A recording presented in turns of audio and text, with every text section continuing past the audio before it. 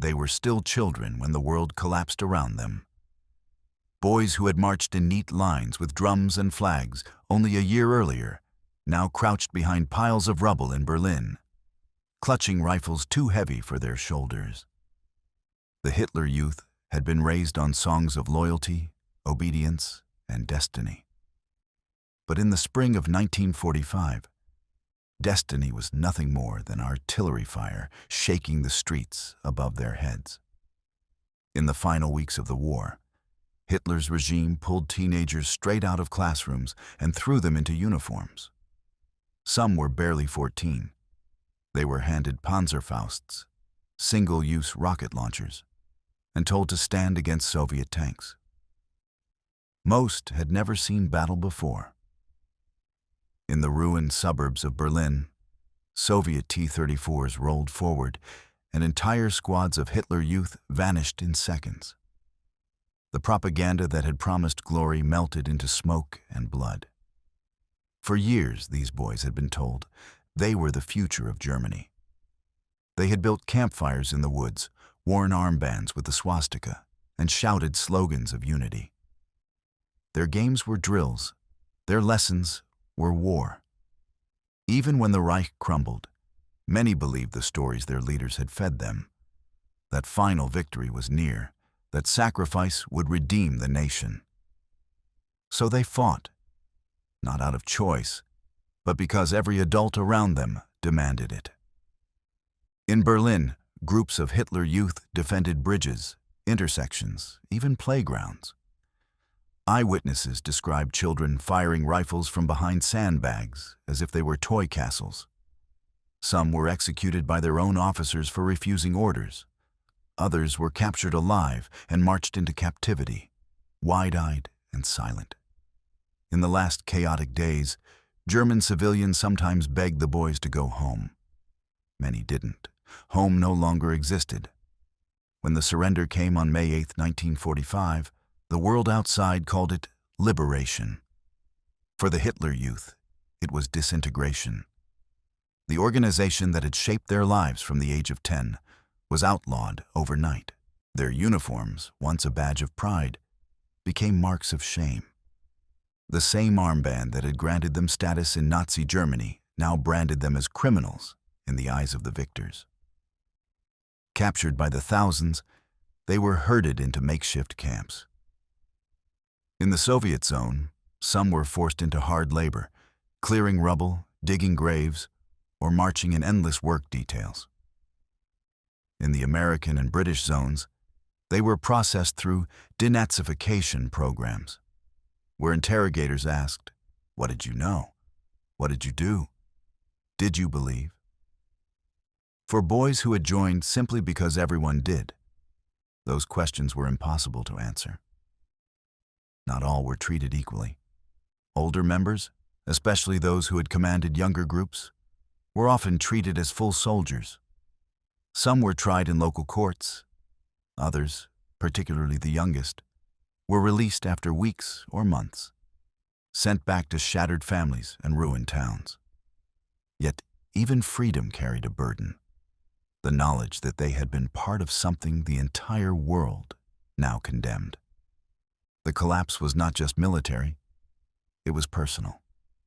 Imagine being 16, trained for nothing but loyalty to a leader who was suddenly dead by his own hand.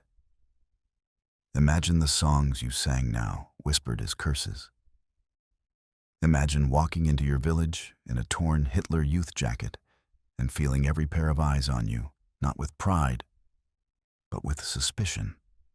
Many of these children were orphans. Their fathers had died on the Eastern Front or disappeared in Allied prisons. Their mothers struggled to find food among the ruins. With no guidance, groups of former Hitler Youth roamed the countryside, scavenging, sometimes stealing, surviving like packs of stray dogs. A few still clung to the shattered ideology, whispering that the Führer would return. Most were simply lost. The Allies understood that Germany's future depended on these children. They were too young to be punished like war criminals, but too deeply shaped by Nazi indoctrination to be ignored.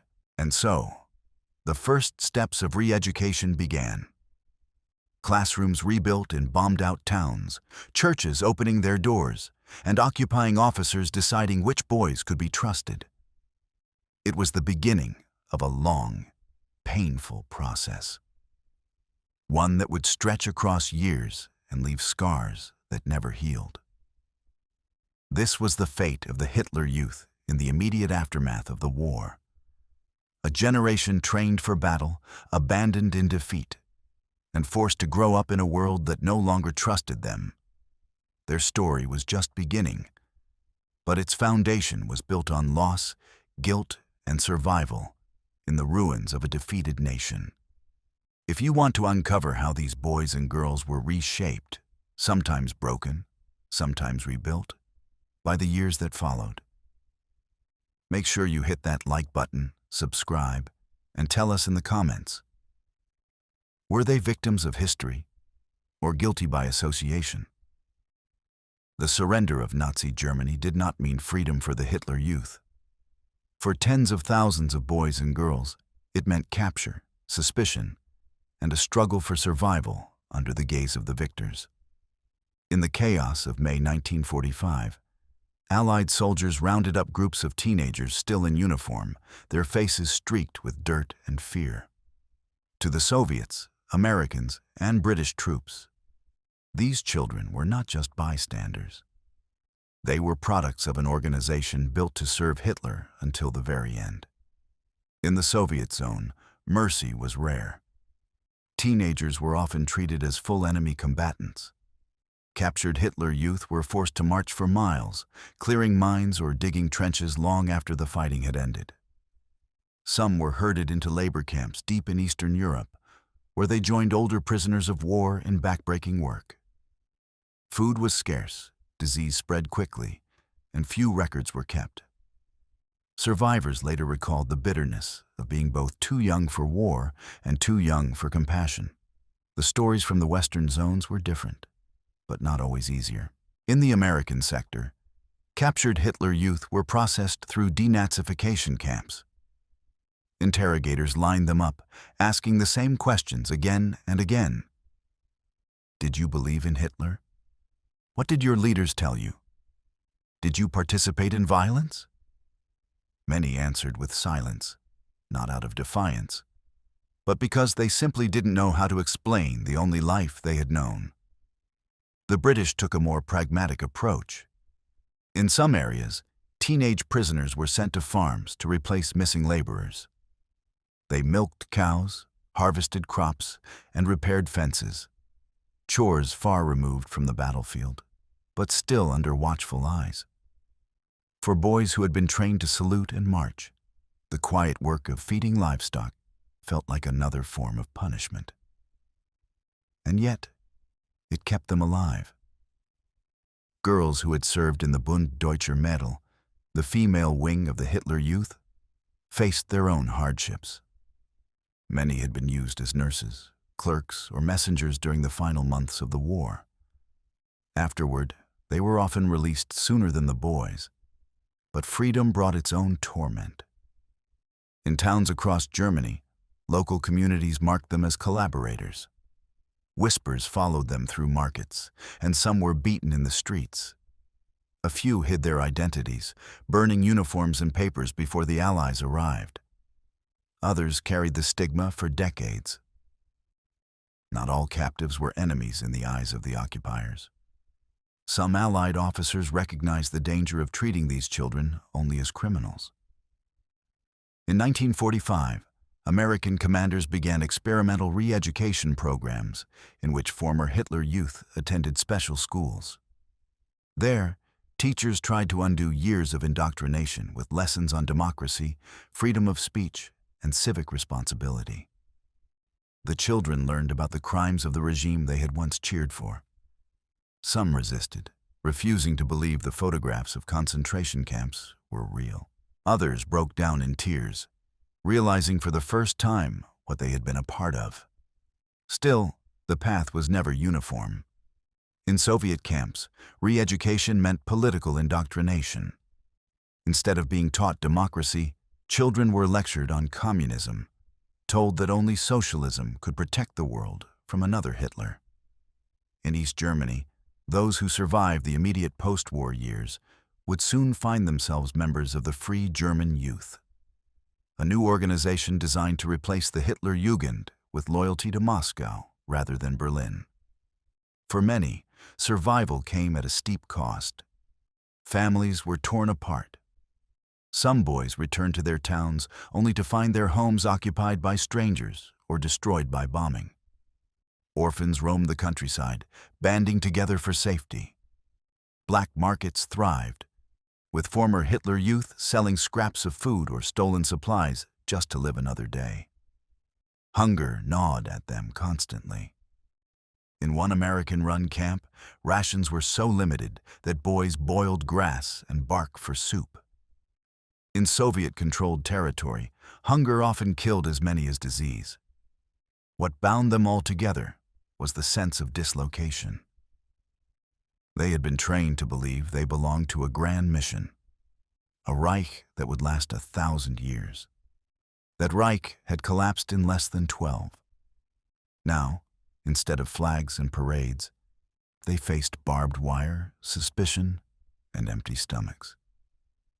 Their childhood had ended in an instant, replaced by survival in a hostile world. And yet, even in these conditions, fragments of the old loyalty lingered. Some boys secretly drew swastikas on camp walls or whispered Hitler's name in the dark. Others plotted escapes, hoping to find remnants of the Nazi underground. Most of these attempts ended quickly. Captured runaways were punished, and whispers of resistance faded under the weight of hunger and exhaustion.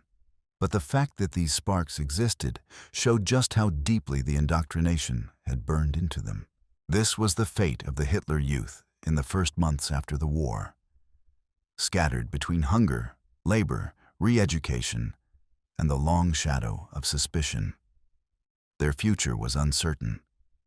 But one thing was clear.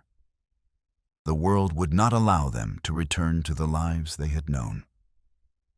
The Reich had fallen, and with it, the childhood they had been promised. By 1946, the chaos of surrender had settled into something harsher. The long, deliberate process of reshaping Germany's youth. The Hitler Youth had been outlawed, its banners seized, its leaders jailed or executed. But the question remained. What would become of the millions of children who had been molded by its rituals, songs, and promises? The Allies understood that a new Germany could not exist if those children carried the old Reich in their hearts. In the Western zones, re-education became the cornerstone of Allied policy.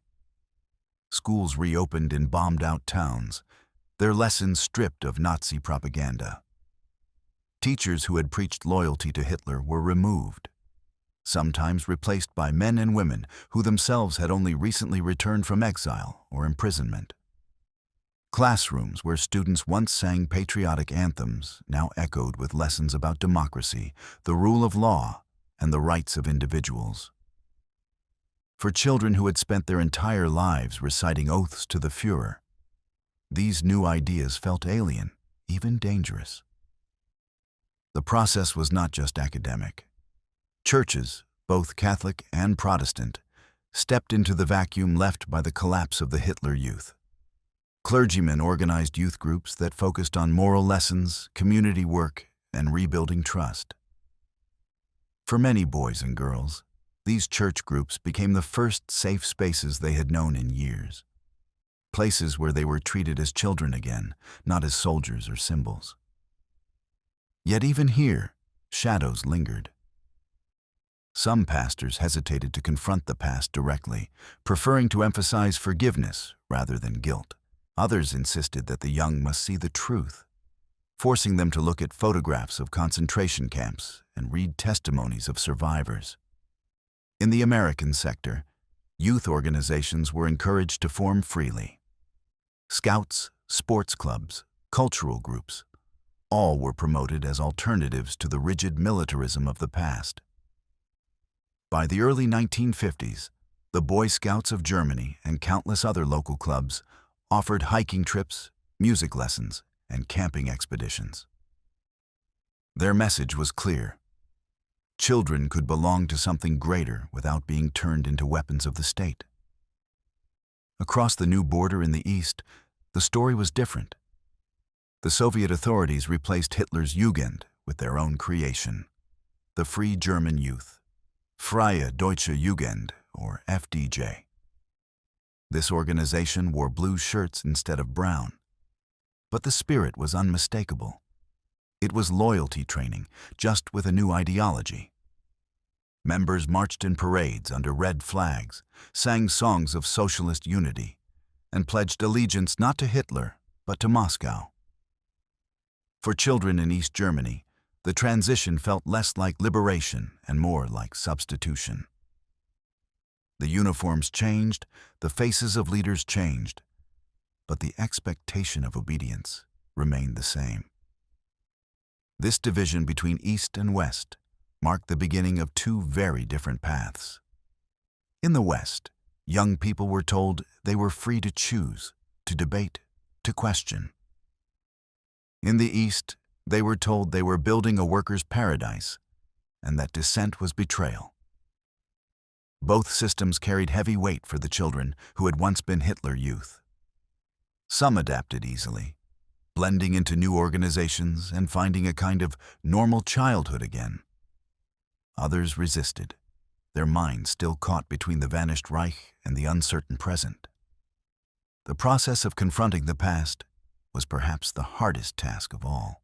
For many teenagers, the war had left wounds too deep for textbooks or lectures to heal. Some had killed, others had watched friends die, and nearly all had lost fathers, brothers, or homes.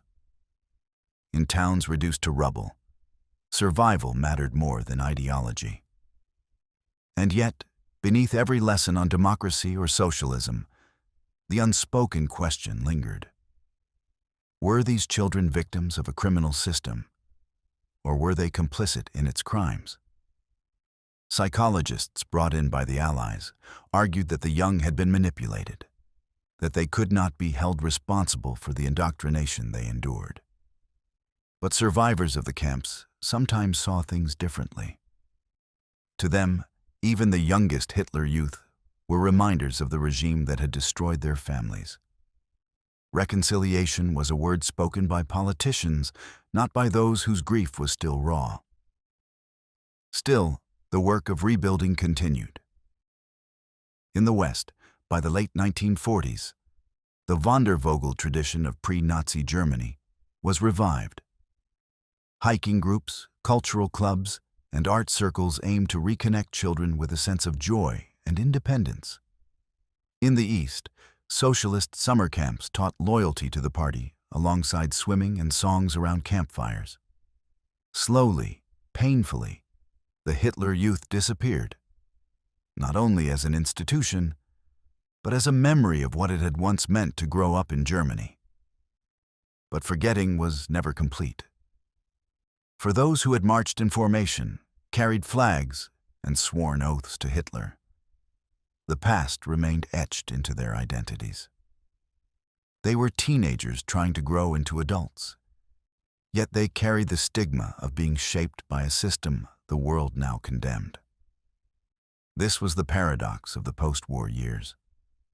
In order to build a new Germany, the Allies had to rebuild the very children who had once been trained to destroy it. And for those children, the choice was not theirs. It was imposed, whether through democracy in the West or communism in the East. Their youth had been stolen once by the Reich, and then reshaped again by the victors. By the 1950s, the war was over. The rubble was being cleared, and West Germany was rising into prosperity while East Germany marched under the banners of socialism. But for the former Hitler Youth, peace did not mean forgetting. Their past clung to them like a second skin, one they could never fully shed. Some of them adapted quickly. In West Germany, boys who had once worn brown shirts became mechanics, teachers, businessmen. They married, raised families, and tried to live quietly. Many spoke little of their childhoods. If asked, they dismissed it. We were only children, we didn't know. And to some extent, that was true. Most had joined the Hitler Youth because it was expected, not because they understood politics. But silence was its own kind of guilt. Every parade photo, every oath sworn, every rifle fired remained a reminder that they had marched for a cause the world had vowed never to forgive. Others carried their scars more visibly. Survivors of Soviet camps returned broken, their bodies thin, their eyes hollow. Some never spoke of what had happened behind barbed wire in Ukraine or Siberia. A few could not bear the shame and ended their lives quietly in post-war years. For these men, the war had never ended. It simply continued in their memories, replaying battles and interrogations until death brought relief. In East Germany, the transformation was equally heavy. Former Hitler Youth were absorbed into the Free German Youth, drilled in loyalty to Moscow and the Socialist Unity Party. Many conformed, some enthusiastically. Others complied only on the surface, privately whispering doubts. But there was no room for refusal. The price of dissent was expulsion, surveillance, or worse. For those raised under Hitler and then retrained under Stalin's shadow, freedom was an idea they would never truly taste. The weight of the past extended beyond the individuals themselves. Their children and grandchildren inherited the stigma. In schools, classmates whispered when they discovered a father had once been in the Hitler Youth. Job opportunities quietly disappeared when employers saw certain names. Some families changed their surnames to escape association with the Reich. Others emigrated entirely, seeking anonymity in Canada, America, or Australia. Yet even across oceans, the shadows followed them. Not all paths were of shame. A handful of former Hitler Youth turned their experiences into fuel for change.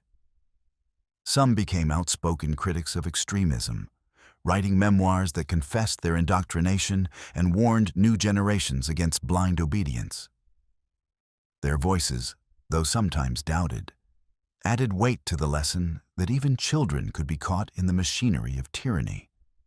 Still, for most, the story faded into silence. In the post-war decades, as West Germany built highways and East Germany built walls, few wanted to revisit the uncomfortable truth of what had happened to millions of children under Hitler's banner. Families preferred to bury the past, to erase photographs, to never mention the camps or the marches. And so the memory of the Hitler Youth lived on less in public record than in the quiet unease of dinner tables and unspoken conversations. But history does not forget. Scholars uncovered the training manuals, the propaganda songs, the indoctrination that had shaped a generation. Survivors of the war continued to speak of the fanatical boys who had fought in Berlin's ruins. Museums displayed uniforms once worn by children too young to understand the weight of the symbols they carried. The final reckoning for the Hitler Youth was not a trial in Nuremberg, nor a sentence in a camp. It was the slow erosion of innocence, the realization that their childhood had been stolen and twisted into service for a cause that ended in ashes. They were both victims and participants. Children shaped into soldiers, who then had to live as adults with the knowledge of what they had represented. By the time many of them grew old, the world had changed again. Germany was divided, then reunited. A new Europe was built from the ruins. And yet, in the memories of those who had once stood in neat rows, saluting a leader who promised eternity, the echoes of drums and chants never fully disappeared. What happened to the Hitler Youth after World War II was not one story, but millions. Some of survival, some of shame, some of silence. Together, they form a haunting reminder that the war did not end in 1945. It lived on in the lives of those who had been children of the Reich. And now the question is yours. When you look at their fate, do you see them as victims, guilty, or both? Let us know what you think in the comments below. Don't forget to like this video, subscribe for more untold histories, and share it. Because the past is never just the past. It is the warning we carry into the future.